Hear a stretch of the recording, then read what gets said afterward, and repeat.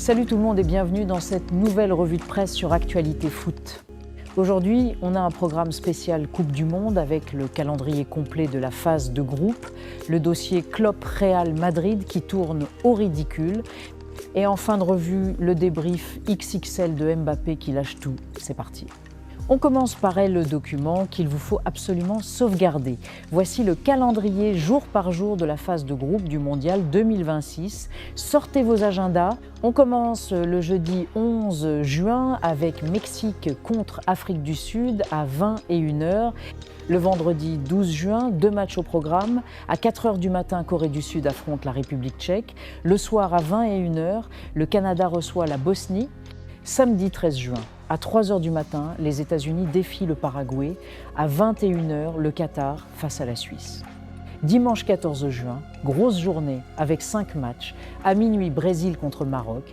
À 3h, Haïti contre Écosse. À 6h, Australie contre Turquie. À 10 à 9h, Allemagne contre Curaçao. Et à 22h, Pays-Bas contre Japon. Lundi 15 juin, 4 matchs. À 1h du matin, Côte d'Ivoire contre Équateur. À 4h, Suède contre Tunisie. À 10 à 8h, l'Espagne entre en lice contre le Cap-Vert. Et à 21h, Belgique contre Égypte. Mardi 16 juin, journée très attendue. À minuit, Arabie Saoudite contre Uruguay. À 3h, Iran contre Nouvelle-Zélande. Et le grand choc du soir à 21h, la France contre le Sénégal. Mercredi 10 à 7 juin, 5 matchs. À minuit, Irak contre Norvège. À 3h, Argentine contre Algérie. À 6h, Autriche contre Jordanie. À 10 à 9h, Portugal contre la RD Congo. Et à 22h, Angleterre contre Croatie. Jeudi 10 à 8 juin, à 1h du matin, Ghana contre Panama. À 4h, Ouzbékistan contre Colombie.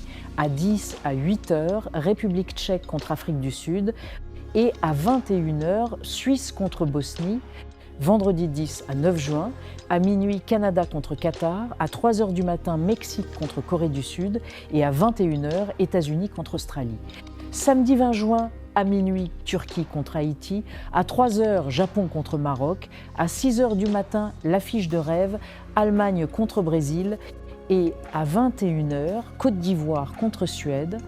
Dimanche 20 et 1 juin, à minuit, Belgique contre Tunisie. À 3h, Cap-Vert contre Égypte. Et à 21h, Espagne contre Iran. Et on termine la phase de groupe le lundi 22 juin. À minuit, Sénégal contre Arabie Saoudite. À 3h, Norvège contre Argentine. Et pour finir à 21h, la France contre la Nouvelle-Zélande. Passons maintenant au feuilleton du Real Madrid et l'affaire Klopp qui tourne vraiment au ridicule. Le candidat Enrique Riquelme avait annoncé des contacts avec Raoul pour convaincre Jürgen Klopp de devenir le prochain entraîneur du Real Madrid en cas de victoire aux élections. Réponse de l'agent de Klopp, Marc Kosiké, cash et sans détour. C'est agaçant, Jürgen est heureux dans son rôle chez Red Bull et n'a aucune ambition de reprendre un banc de club. Message on ne peut plus clair. Selon Plétigol, Raoul aurait quand même tenté de convaincre Klopp ces derniers jours, mais les signaux de l'Allemand sont clairs. Ce serait très difficile pour lui de reprendre le banc cette saison. Une nouvelle promesse électorale de Riquelme qui part en fumée. Et pendant ce temps, le dossier Olise reste en suspens. Selon Plétigol, aucun joueur au monde n'est invendable, même Olise, mais le Bayern va tout faire pour bloquer ce transfert. La vraie question, que se passe-t-il si le Real arrive avec 150 à 200 millions d'euros sur la table? Réponse attendue mardi. Et on termine cette revue de presse avec le grand moment du jour. Kylian Mbappé s'est totalement lâché dans une interview pour Sorare et il n'a pas mâché ses mots. On passe tout en revue sur Messi et Ronaldo. Mbappé a répondu à ceux qui opposent le talent de Messi au travail de Ronaldo. Pour lui, c'est une vision de quelqu'un qui n'a jamais joué au football. Les deux sont du talent ôté du travail. Basta. Sur le meilleur match de sa carrière. Sans hésitation, Mbappé désigne son hat-trick contre le Barça avec le PSG en Ligue des Champions, un match légendaire qui a lancé sa réputation mondiale.